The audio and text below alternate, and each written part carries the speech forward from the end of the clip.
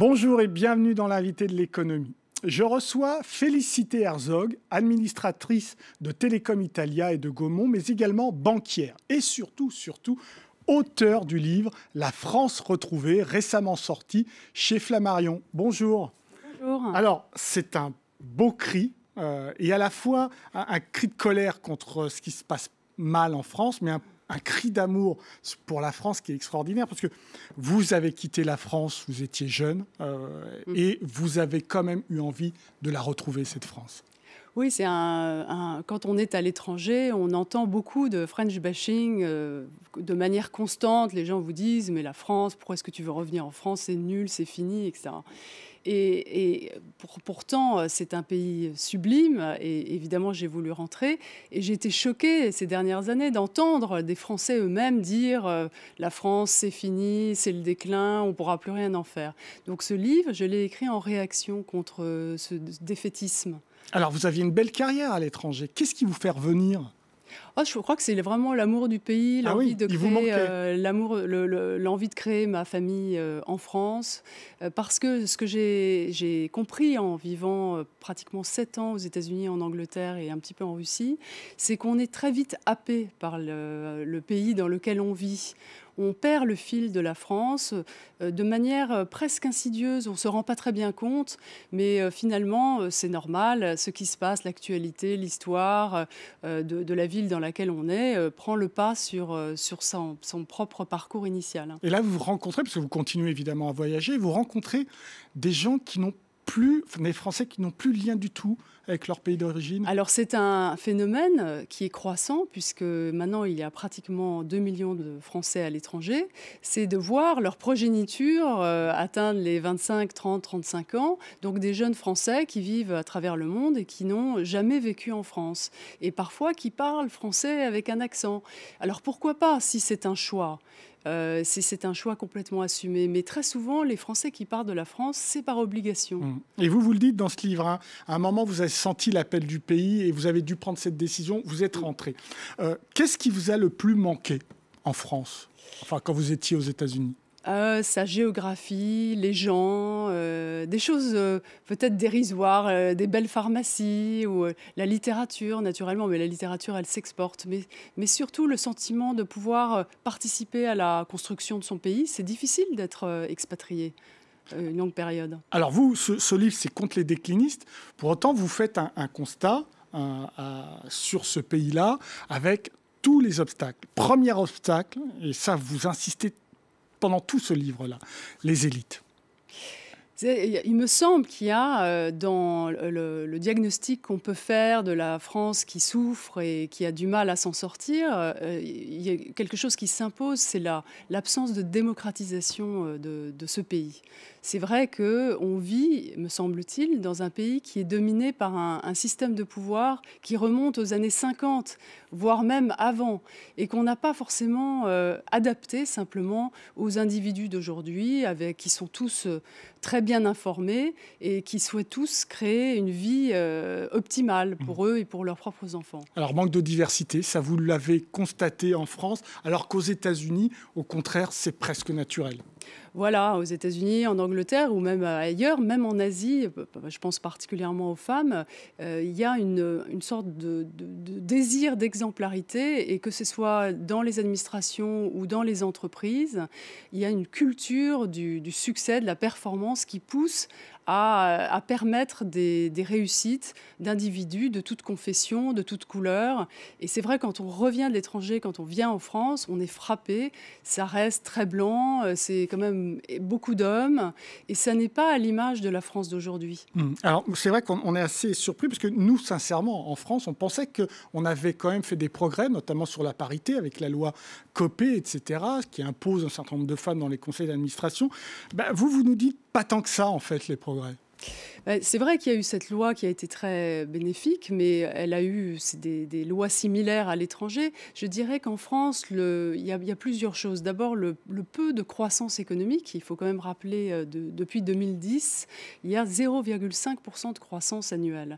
Donc il y a peu d'activité économique, il y a peu d'opportunités, il y a peu d'emplois. Donc forcément, il y a une sorte de stagnation et ça ne favorise pas le progressisme. Mmh. C'est beaucoup plus difficile de prendre des mesures de transformation, par exemple, dans les entreprises, d'imposer des femmes dans des comités de direction quand il y a moins d'opportunités ou moins d'activités.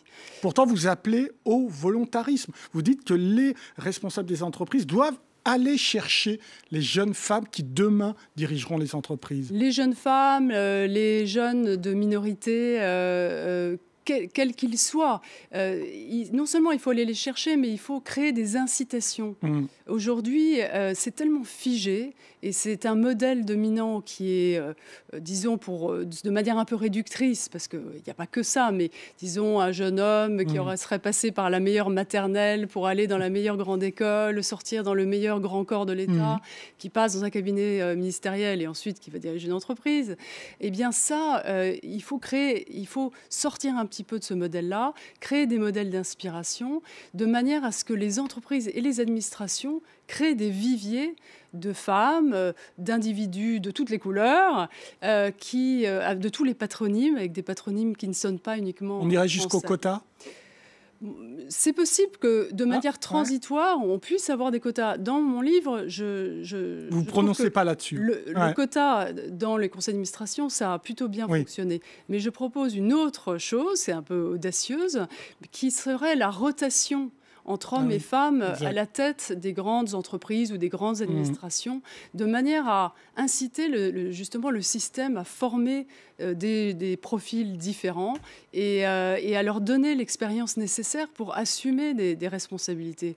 Aujourd'hui, la difficulté en France, c'est que très souvent, on veut promouvoir ou nommer des femmes ou des hommes, donc qui ne sont pas, disons, dans la norme classique, mais très souvent, il n'y a pas l'expérience nécessaire.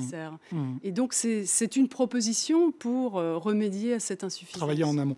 De manière générale aussi, ce que vous proposez tourne autour du fait qu'il faut réduire le périmètre de l'intervention de l'État.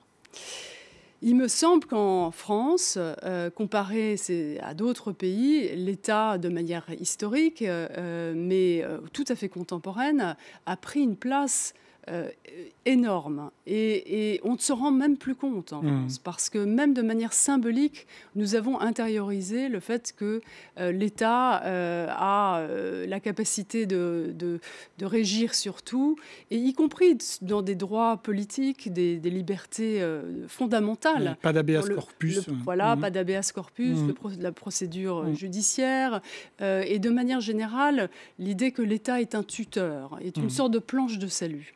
Et ça, c'est un diagnostic qui est très partagé depuis très longtemps, mais on a du mal à basculer dans un modèle où l'État serait toujours là. Je ne suis pas contre l'État, c'est très important d'avoir cette ossature dans un pays, mais un État qui soit fit, qui soit agile, qui rende beaucoup plus heureux les gens qui travaillent pour lui, qui anticipe les goulots d'étranglement, parce qu'il y a aujourd'hui un problème massif simplement de capacité d'accueil dans les hôpitaux, dans les écoles. Qui dit moins d'État, moins de responsabilité de l'État, on bascule sur la responsabilité des autres corps, comme les entreprises. Là aussi, il y a sans doute des choses à réclamer.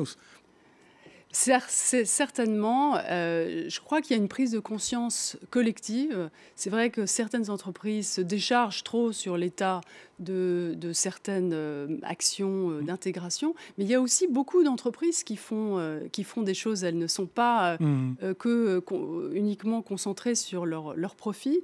Elles ont tenté d'introduire de la diversité, même si le bilan encore est insuffisant.